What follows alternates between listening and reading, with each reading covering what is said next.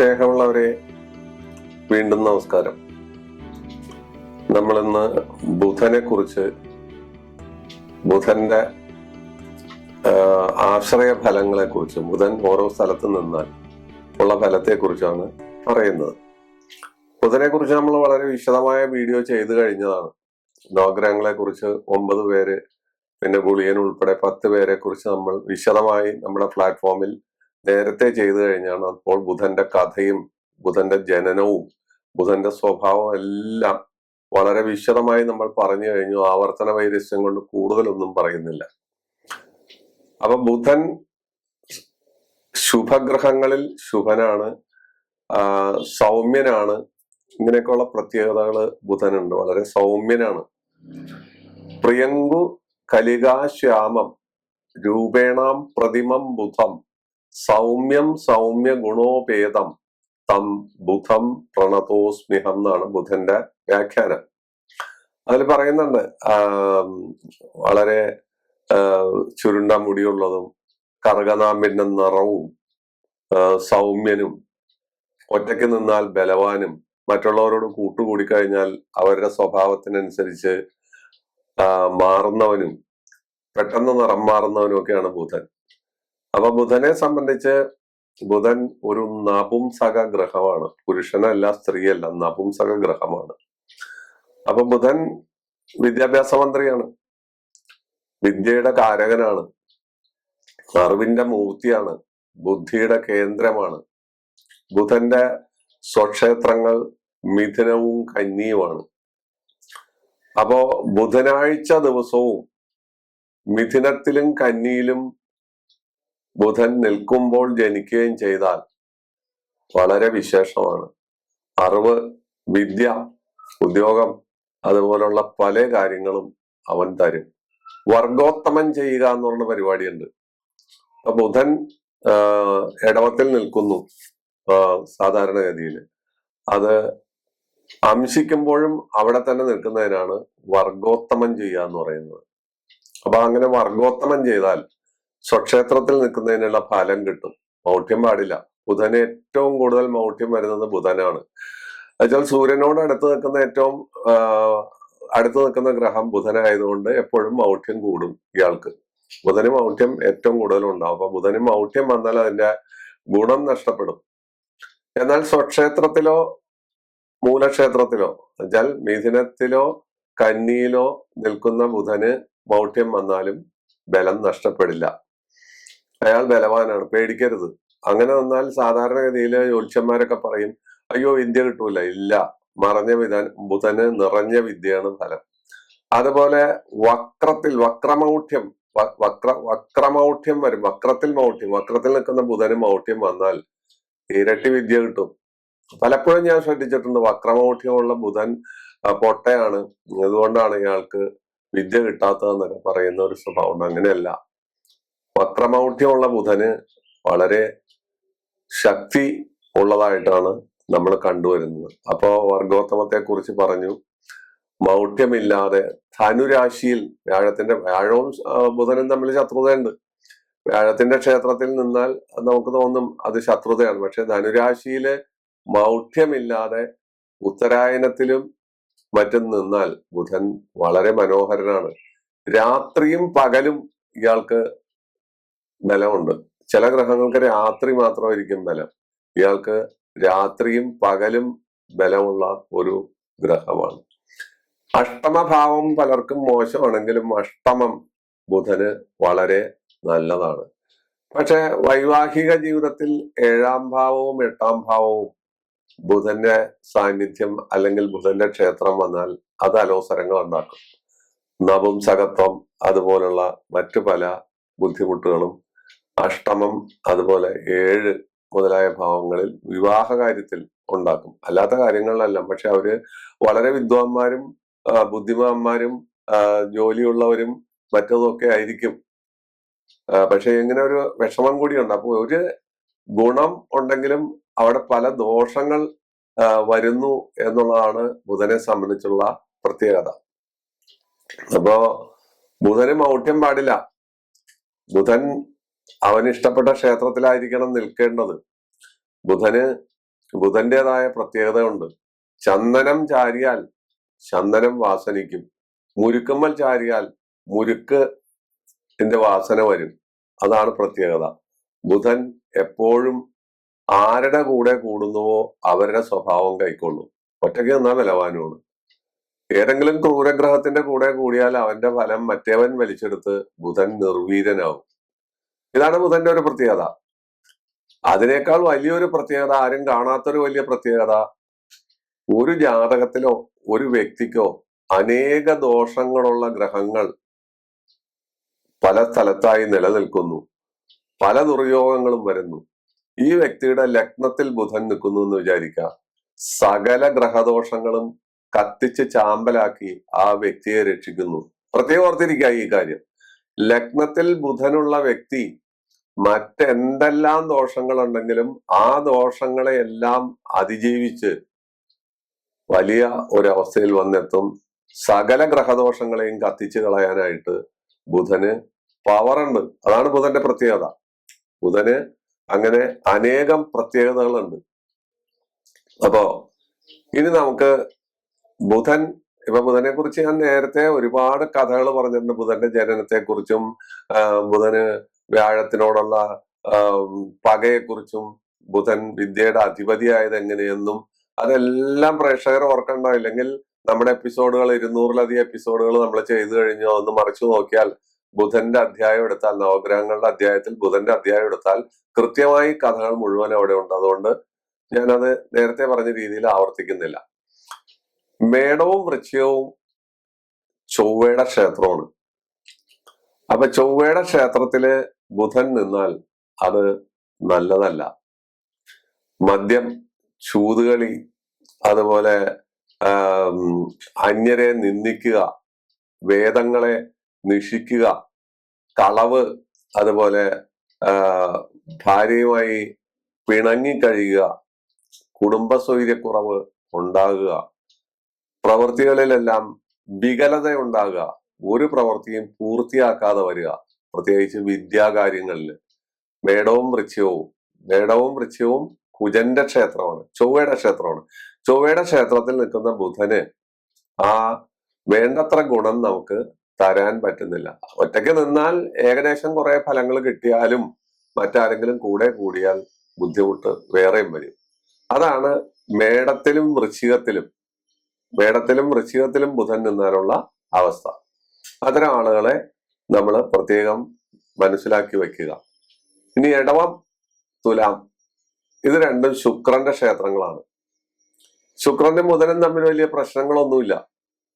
അവര് ആചാര്യസ്ഥാനം, അതുപോലെ പുത്രലാഭം, കല, സാഹിത്യം, നിഗൂഢ ശാസ്ത്ര പഠനം, എഞ്ചിനീയറിങ് എന്ന് വേണ്ട ശാസ്ത്രജ്ഞൻ, ഭരണ നൈപുണ്യമുള്ളവൻ, ഭരണാധികാരികൾക്ക് ഉപദേശം നൽകുന്നവൻ, ഇങ്ങനെ നയതന്ത്രജ്ഞൻ എന്നല്ല അനേക തരത്തിൽ ആ ബുധൻ പ്രശോഭിക്കും. ശുക്രന്റെ ക്ഷേത്രം ഇടവും തുലാമാണ്. ഈ തുലാത്തിൽ ഒറ്റയ്ക്ക് ബുധൻ നിന്നാൽ, മറ്റുള്ളവരെ കൂട്ട് പാടില്ല.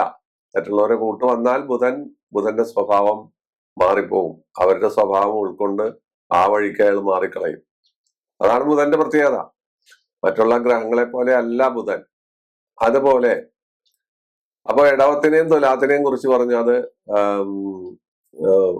ഈ പറയുന്ന ശുക്രന്റെ ക്ഷേത്രമാണ്. ഇനി മിഥുനവും കന്നിയും ബുധന്റെ സ്വക്ഷേത്രമാണ്. അവിടെ എങ്ങനെ നിന്നാലും മറ്റുള്ളവരുടെ സഹായമില്ലാതെ ഒറ്റയ്ക്ക് നിൽക്കുന്നതാണ് ബുധന് എപ്പോഴും ഇഷ്ടം. മറ്റുള്ളവരുടെ കൂട്ട് കൂടിയാൽ പോലും മിഥുനത്തിലും കന്നിയിലും ബുധന് അവന്റെ പ്രഭാവം കാണിക്കും. കണക്ക് ശാസ്ത്രം, നല്ല സ്വഭാവം, കറുകനാമ്പിന്റെ നിറമുള്ള വ്യക്തിത്വം, ചുരുണ്ട മുടി, അതുപോലെ കുശാഗ്ര ബുദ്ധി, എല്ലാ കാര്യത്തിലും അവർക്ക് ഒരു പ്രത്യേക പ്രഭാവം കാണും.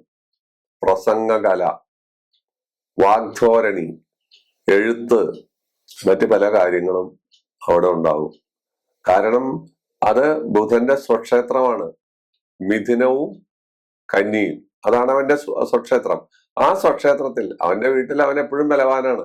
പക്ഷെ അവിടെ ഇപ്പൊ രാഹുവോ കേതുവോ അല്ലെങ്കിൽ വേറെ ഏതെങ്കിലും ഗ്രഹം വന്ന് നിന്നാൽ ആ സ്വഭാവഗതി മാറുമെങ്കിൽ പോലും മിഥുനത്തിലും കന്നിയിലും നിൽക്കുന്ന ബുധൻ അവന്റേതായ വ്യക്തിത്വം അവിടെ വിളിച്ച് അറിയിക്കും എന്നുള്ളതാണ് ഏറ്റവും വലിയ കാര്യം. അത് പ്രത്യേകം ഓർത്തിരിക്കണം. മിഥുനത്തിലും കന്നിയിലും നിൽക്കുന്ന ബുധന് മൗഢ്യമൊന്നുമില്ല. മൗഢ്യം വന്നാൽ പോലും, മിഥുനത്തിലും കന്നിയിലും നിൽക്കുന്ന ബുധന് മൗഢ്യം വന്നാൽ പോലും അവിടെ ബലക്കുറവ് വരുന്നില്ല, വിദ്യക്ക് ഭംഗം വരുന്നില്ല, കാര്യങ്ങൾക്ക് ഭംഗം വരുന്നില്ല എന്നുള്ളത് പ്രത്യേകതയാണ്. അത് കഴിഞ്ഞാൽ കർക്കടകം ചന്ദ്രന്റെ ക്ഷേത്രമാണ്. ചന്ദ്രന് ആരോടും വിരോധമില്ലെങ്കിലും ബുധന് ചന്ദ്രനോട് അത്ര വലിയ കാര്യമായ അടുപ്പമില്ല. അതിനൊക്കെ കഥകളുണ്ട്, ആ കഥകൾ ഞാൻ പറഞ്ഞിട്ടുണ്ട്. അപ്പോ കർക്കടകത്തിൽ ബുധൻ നിന്നാൽ അത്തരക്കാര് ജലസംബന്ധമായ വ്യാപാരങ്ങളും തൊഴിലുകളും ചെയ്യുക, ബന്ധുക്കൾക്ക് ശത്രുവാവുക, അവര് വാക്കിന് വ്യവസ്ഥയില്ലാതെ വരിക, ഇപ്പൊ പറഞ്ഞത് അവര് പിന്നെ പറയാതെ വരിക, മേടിച്ചാൽ കൊടുക്കാതിരിക്കുക, കടം വാങ്ങിക്കുക, അതുപോലെ വൈവാഹിക ജീവിതത്തിൽ അലോസരങ്ങൾ ഉണ്ടാകുക മുതലായ കാര്യങ്ങളാണ് കർക്കിടകത്തിലെ ബുധൻ. ചന്ദ്രന്റെ ക്ഷേത്രമാണ്. അത് ചന്ദ്രനും ബുധനും തമ്മിലുള്ള ബന്ധം നമുക്കറിയാം. ചന്ദ്രനും ബുധനും തമ്മിലുള്ള ബന്ധം എങ്ങനെയാണ്, ചന്ദ്രൻ ബുധന്റെ ആരാണ് എന്നൊക്കെ നമ്മൾ പറഞ്ഞു കഴിഞ്ഞതാണ്. അതുകൊണ്ട് ആ കഥകൾ എടുത്താൽ നീണ്ടുപോകും. ആ കഥകൾ എടുക്കുന്നില്ല. അപ്പോ കർക്കിടകത്തിൽ ബുധൻ നിന്നാലുള്ള അവസ്ഥ മാത്രമാണ് പറയുന്നത്. ഇനി ചിങ്ങം സൂര്യന്റെ ക്ഷേത്രമാണ്. സൂര്യനും ബുധനും എപ്പോഴും അടുത്തടുത്ത് സഞ്ചരിക്കുകയാണ്. നിപുണയോഗം എന്ന് പറയുന്ന യോഗമെല്ലാം ഉണ്ടാവുന്നത് രവി ബുധ യോഗമാണ്. ഏത് കാര്യത്തിൽ എക്സ്പെർട്ട് ആവുക, അങ്ങനെയുള്ള കാര്യങ്ങളൊക്കെയാണ്. അപ്പോ ധനം, അതുപോലെ സുഖം, മറ്റേ സ്ത്രീ വിഷയത്തിൽ സ്ത്രീ വിരോധം അല്ലെങ്കിൽ പുരുഷ വിരോധം, സ്ത്രീക്കാണെങ്കിൽ പുരുഷ വിരോധം, പരാജയം, ഇതുപോലുള്ള കാര്യങ്ങള് ചിങ്ങമാസത്തിൽ അല്ലെങ്കിൽ ചിങ്ങത്തിൽ ബുധൻ നിന്നാൽ സാധാരണ കണ്ടുവരുന്നു. അത് വെച്ചാല് സൂര്യനും ബുധനും തമ്മിൽ പ്രശ്നങ്ങളില്ല, ബുധനും സൂര്യനും തമ്മിലും പ്രശ്നമില്ല. പക്ഷെ അവര് തമ്മിൽ ഇങ്ങനെ കൂടി നിൽക്കുമ്പോൾ സൂര്യന്റെ പ്രഭയിൽ ബുധന്റെ ശക്തി കുറയുന്നു. സൂര്യന്റെ ക്ഷേത്രത്തിൽ ബുധന് ശക്തി കുറയുന്നു. സൂര്യൻ ശക്തിയിൽ സൂര്യന്റെ അടുത്ത് വരുമ്പോൾ ബുധൻ നിഷ്പ്രഭനായി പോകുന്നു എന്ന് പറയുന്നത് ഇതുപോലെ തന്നെ ഈ പറയുന്ന സ്വഭാവഗതികള് അവിടെ വരുന്നു ചിങ്ങൻ.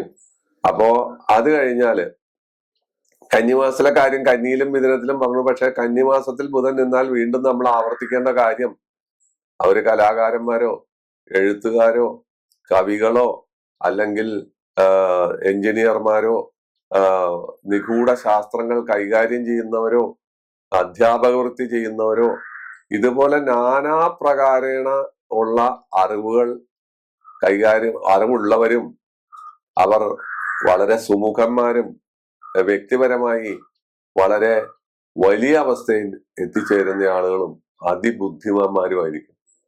അതാണ് അതിന്റെ പ്രത്യേകത. അവന്റെ സ്വക്ഷേത്രമായതുകൊണ്ട്. അത് നേരത്തെ പറഞ്ഞു, മിഥുനവും കന്നിയും നമ്മൾ പരാമർശിച്ചു പോയതാണ്, എന്നാലും വീണ്ടും പറയുകയാണ്. ഇനി നമ്മള് വൃശ്ചികവും ധനുവും മീനവുമാണ് നമുക്ക് പറയേണ്ടത്. ധനുവും മീനവും വ്യാഴത്തിന്റെ ക്ഷേത്രമാണ്. അപ്പോ അവര് സാധാരണഗതിയിൽ ധനു വ്യാഴത്തിന്റെ ക്ഷേത്രമാണ്. വ്യാഴവും ബുധനും തമ്മിൽ അകലമുണ്ട്, ശത്രുതയുണ്ട്. എല്ലാ കാര്യകാരണങ്ങൾ പറഞ്ഞു പോയതായതുകൊണ്ട് ഞാനിവിടെ എടുക്കുന്നില്ല. അപ്പോ ധനുവിലും മീനത്തിലും ബുധൻ നിന്നാൽ, മീനം ബുധന്റെ നീചക്ഷേത്രവും കൂടിയാണ്. ആ ശത്രുത പോലെ നീചക്ഷേത്രവും കൂടിയാണ് ബുധന്റെ മീനം. അവിടെ ബുധൻ നിന്ന നീചഭംഗം വന്നാൽ അത് ഒറ്റയ്ക്കാണ് നിൽക്കുന്നത് എങ്കിൽ വലിയ സർക്കാർ ഉദ്യോഗം, ധനം, ഐശ്വര്യം, പ്രതാപം, കുടുംബസുഖം, ബുദ്ധിമാന്മാരായ സന്താനങ്ങൾ, അതുപോലെ വിശ്വപ്രസിദ്ധി, കീർത്തി, മൂർത്തി, വീട്, വാഹനം മുതലായ കാര്യങ്ങളെല്ലാം അവിടെ നമുക്ക് ലഭിക്കുന്നു എന്നുള്ളതാണ് ഏറ്റവും വലിയ കാര്യം. അത് കഴിഞ്ഞു ഇനി നമുക്ക് പറയേണ്ടത് ശനിയുടെ ക്ഷേത്രങ്ങളാണ്. ശനിയുടെ ക്ഷേത്രം മകരവും കുംഭമാണ്.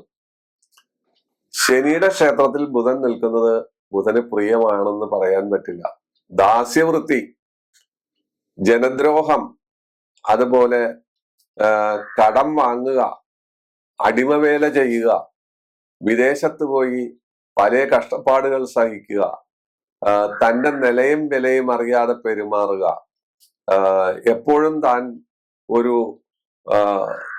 കീഴ്ജീവനക്കാരനാണ്, അല്ലെങ്കിൽ തനിക്ക് ഒന്നും കഴിവില്ലാത്തവനാണ് എന്നുള്ള ധാരണയിൽ പെരുമാറുക മുതലായ കാര്യങ്ങളാണ് മകരത്തിലും കുംഭത്തിലും ശനി നിന്നാലും ഉണ്ടാകുന്നത്. മകരവും കുംഭവും ശനിയുടെ ക്ഷേത്രങ്ങളാണ്. അപ്പൊ നമ്മള് ചൊവ്വയുടെ ക്ഷേത്രം പറഞ്ഞു, മേടവും വൃശ്ചികവും പറഞ്ഞു, ഇടവും തുലാമും ശുക്രന്റെ ക്ഷേത്രം പറഞ്ഞു, അവന്റെ സ്വക്ഷേത്രമായ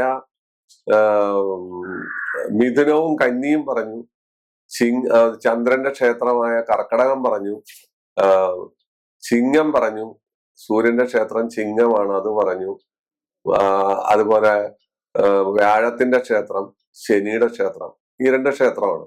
അതില് കർക്കടകവും ചിങ്ങവും ഓരോ ക്ഷേത്രം സൂര്യനും ചന്ദ്രനും മാത്രമേ ഉള്ളൂ. മറ്റുള്ളവർക്ക് ഈ രണ്ട് ക്ഷേത്രങ്ങളുണ്ട്. ഈ ക്ഷേത്രങ്ങളിലെല്ലാം ബുധൻ നിന്നാലുള്ള കാര്യമാണ് നമ്മളിവിടെ പരാമർശിച്ചത്. അപ്പൊ ബുധൻ പല പ്രശ്നങ്ങളിലും ബുധന് പ്രത്യേകതകളുണ്ട്.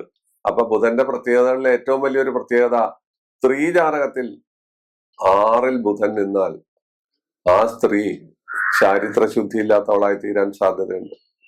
പുരുഷ ജാതകത്തിലാണെങ്കിലും 6 ബുധൻ നിന്നാൽ ഇങ്ങനെ ഒരു പ്രത്യേകത കണ്ടുവരുന്നുണ്ട്. പ്രത്യേകിച്ച് സ്ത്രീ ജാതകത്തിലാണ് ഇത്തരം കാര്യങ്ങൾ കാണുന്നത്. അപ്പൊ ബുധനെ സംബന്ധിച്ച് നമ്മൾ ഓരോ സ്ഥലത്ത് നിന്നാലും ഉണ്ടാകുന്ന പ്രത്യേകതകളും അത് എങ്ങനെ വരുന്നു, ഏത് രീതിയിൽ വരുന്നു എന്നുള്ള കാര്യങ്ങളുമാണ് ഈ അധ്യായത്തിൽ പറയുന്നത്. അല്ലാണ്ട് ബുധനെ കുറിച്ച് നേരത്തെ നമ്മൾ പറഞ്ഞ രീതിയിലുള്ള വലിയ വലിയ കാര്യങ്ങളല്ല ഇവിടെ പറയുന്നത്. ഓരോ ക്ഷേത്രത്തിലും, ഓരോരുത്തരുടെ ക്ഷേത്രത്തിലും, സ്വക്ഷേത്രത്തിലാവട്ടെ, അല്ലെങ്കിൽ സൂര്യന്റെ ആവട്ടെ, ചന്ദ്രന്റെ ആവട്ടെ, ചൊവ്വയുടെ ആവട്ടെ, ആ ക്ഷേത്രങ്ങളിൽ ബുധൻ നിന്നാൽ ഉണ്ടാകുന്ന പ്രത്യേകതകൾ എന്താണ് എന്ന് നമുക്ക് ഒറ്റ നോട്ടത്തിൽ നോക്കി മനസ്സിലാക്കാം. ഈ കാര്യത്തിലുള്ള ഏറ്റവും വലിയ പ്രത്യേകത ബുധന്റെ മൗഢ്യത്തെ കുറിച്ച് നമ്മൾ ആലോചിക്കണം. ബുധന്റെ നീചത്തെ കുറിച്ച് നമ്മൾ ആലോചിക്കണം. മീനം നീചമാണ്. അവിടെ നിന്നിട്ട് നീചഭംഗ രാജയോഗം തന്നാൽ ആ ബുധൻ പ്രതാപിയായി മാറും. നീചം മാത്രമാണ് എങ്കിൽ അതിന് ഗുണം കുറയും. ഇങ്ങനെയൊക്കെയുള്ള കാര്യങ്ങൾ വളരെ ശ്രദ്ധാപൂർവം മനസ്സിലാക്കിയിട്ട് വേണം ഈ അധ്യായം നിങ്ങൾ മുന്നോട്ട് കൊണ്ടുപോകാൻ. ഇല്ലെങ്കിൽ സംശയത്തോട് സംശയം വരും. എന്റെ ഇന്ന സ്ഥലത്ത് ബുധൻ നിൽക്കുന്നുണ്ടല്ലോ, എനിക്ക് അനുഭവമില്ലല്ലോ, എന്റെ ഇന്ന സ്ഥലത്ത് ബുധൻ നിൽക്കുന്നുണ്ട്, എനിക്ക് വലിയ ഗുണം തരുന്നുണ്ടല്ലോ, ഈ പറയുന്നതായിട്ട് വ്യത്യാസമുണ്ടല്ലോ. ആ വ്യത്യാസത്തെ കുറിച്ച് ഞാൻ വളരെ കൃത്യമായി പറഞ്ഞിട്ടുണ്ട്. ബുധൻ ഒറ്റയ്ക്ക് നിന്നാലാണ് ഗുണം. ആരോട് ചേരുന്നുവോ അവരുടെ സ്വഭാവം ഉൾക്കൊണ്ട് അവൻ സ്വഭാവം മാറ്റിക്കളയും. പിന്നെ ബുധനെ സംബന്ധിച്ച് ബുധന്റെ സ്വാധീനമുള്ള വ്യക്തികൾ സാധാരണഗതിയിൽ അവർ ആർക്കും വഴങ്ങില്ല. അവർ പഠിക്കുന്നതെല്ലാം സ്വന്തമായിരിക്കും. ക്ലാസ്സിൽ അക്കാഡമിക് ക്വാളിഫിക്കേഷൻ ഒക്കെ അവർക്കുണ്ടെങ്കിലും അവര് സ്വന്തമായിട്ടായിരിക്കും വിദ്യാഭ്യാസം ചെയ്യുന്നത്. അത് ബുധന്റെ ഒരു പ്രത്യേകതയാണ്. എന്ന് വെച്ചാൽ ബുധൻ ജനിച്ച സമയത്ത് അവൻ ജാരപുത്രനായതുകൊണ്ട് അവനെ ആരും വിദ്യ പഠിപ്പിച്ചില്ല. അവൻ പലരിടത്തും വിദ്യ പഠിക്കാൻ ചെന്നിട്ട് ആരും അംഗീകരിച്ചില്ല. അപ്പൊ അവൻ സ്വയം വിദ്യ പഠിച്ച് വിദ്യയുടെ അധിപതിയായി. അതാണ് ബുധന്റെ പ്രത്യേകത. അപ്പൊ ബുധന്റെ സ്വാധീനം ആർക്കുണ്ടോ അവരെ ആജീവനാന്തം അറിവുള്ളവരും അവർ അവരുടേതായ വഴിയിൽ കൂടി മാത്രം പോകും. അവർ മറ്റുള്ളവർ പറയുന്ന ഉപദേശങ്ങളോ ഒന്നും കേൾക്കാതെ അവർക്ക് ഇഷ്ടമുള്ള കാര്യങ്ങൾ, തനിക്ക് ഉചിതമെന്ന് തോന്നുന്ന പ്രവൃത്തികളായിരിക്കും അവര് ചെയ്യുക. അതാണ് ബുധന്റെ ഒരു പ്രത്യേകത. മറ്റു ഗ്രഹങ്ങൾക്ക് ഇല്ലാത്ത ഒരു പ്രത്യേകത അതാണ്. അതുപോലെ സ്വയം ആർജിക്കുന്ന സമ്പത്ത് പോലെ സ്വയാർജിത അറിവ്, ബുദ്ധി, ശക്തി, മൃദു സ്വഭാവം, ഇതുപോലുള്ള കാര്യങ്ങൾ. അതുപോലെ 7-ാം ഭാവവും 8-ാം ഭാവവും ഞാൻ നേരത്തെ സ്പർശിച്ചു പോയതാണ്. വൈവാഹിക കാര്യത്തിൽ അത് അത്ര നല്ലതല്ല. കാരണം നപുംസകത്വമുള്ള ഗ്രഹമാണ്. അതിൻ്റെതായ ഡിഫക്റ്റ് അവിടെ വരുന്നു. ഇതെല്ലാമാണ് ബുധന്റെ പ്രത്യേകതകൾ. അപ്പൊ ബുധൻ ഒരു ഗ്രഹമാണ്. ആ ഗ്രഹത്തിന് അതിൻ്റെതായ പ്രത്യേകതകളുണ്ട്. അതിന്റെ നിൽപ്പിന് ഇങ്ങനെയൊക്കെയുള്ള കാര്യങ്ങളുണ്ട്. ആരെ തൊട്ടാലും ആ തൊട്ടവന്റെ സ്വഭാവം കൈക്കൊണ്ടവൻ ചീത്തയാവും. അതേ സ്ഥാനത്ത് അയാൾ ലഗ്നത്തിൽ ഒറ്റക്കെങ്ങാൻ നിന്നാൽ ആ ജാതകത്തിൽ എന്തെല്ലാം ദോഷങ്ങളുണ്ടെങ്കിലും എന്തെല്ലാം മാരകത്വം പോലും കത്തിച്ചു കളയാൻ ബുധന് സാധിക്കുകയും ചെയ്യും. ഇങ്ങനെ ഒരു വിരോധാഭാസം എന്നോ പാരഡോക്സിക്കൽ എന്നോ പറയാവുന്ന ഒരു ഗ്രഹമാണ് ബുധൻ. ഒരു കാരണവശാലും ഒരാൾക്കും പിടികൊടുക്കാതെ മുന്നോട്ട് പോകുന്ന ഒരു ഗ്രഹമാണ്. ബുധന്റെ സ്വാധീനമുള്ള വ്യക്തികളെ സംബന്ധിച്ചും ഈ സ്വഭാവങ്ങൾ അവരിൽ കാണാൻ സാധിക്കും. അവരെ ഒരാൾക്ക് പറ്റിക്കാൻ പറ്റില്ല, അവരെ മനസ്സറിയാൻ പറ്റില്ല.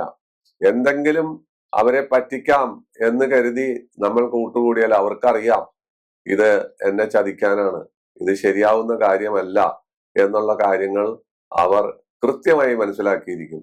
അതാണ് ബുദ്ധിയുടെ വ്യാപാരം. ബുധനെ കുറിച്ച് നമ്മൾ പറയുമ്പോൾ ബുധന്റെ ദേവത അല്ലെങ്കിൽ അധിദേവത അവതാര വിഷ്ണു ശ്രീരാമനാണ് എങ്കിലും മൂകാംബിക ദേവിയെയും ദക്ഷിണാമൂർത്തിയെയും ബുധനുമായി ബന്ധപ്പെടുത്തി പറയാം. കാരണം അറിവിന്റെ മൂർത്തികളാണ്. അറിവിന്റെ മൂർത്തി എന്ന് വെച്ചാൽ ദക്ഷിണാമൂർത്തിയാണ് സർവ അറിവിന്റെയും മൂർത്തി. അത് ഗുരുവിന്റെ ഗുരു, എല്ലാ ഗുരുക്കന്മാരുടെയും ഗുരുവാണ്. മൂകാംബിക വാക്രൂപിണിയാണ്, വാക്ചാതുരി, അതുപോലെ വാഗീശ്വരിയാണ്. എല്ലാ വാക്കുകളും വാചകങ്ങളും എല്ലാം സുഗന്ധം പരത്തുന്നത് മൂകാംബികയിലൂടെയാണ്.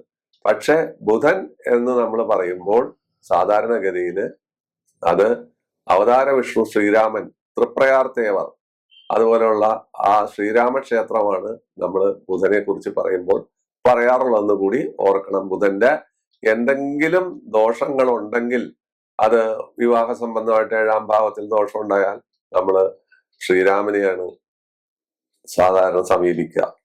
വിദ്യാസംബന്ധമായിട്ടുള്ള കാര്യങ്ങൾ വരുമ്പോൾ നമ്മൾ ദക്ഷിണാമൂർത്തിയെയും മൂകാംബികയെയും പിടിക്കും. ഇതൊക്കെയാണ് ഇതിന്റെ പ്രത്യേകത. അപ്പോ ഇത് ഒരു ഡിഫറന്റ് പാസേജിലുള്ള എപ്പിസോഡാണ്. ബുധനെ കുറിച്ചുള്ള ഒരു വ്യത്യസ്തമായ എപ്പിസോഡാണ്.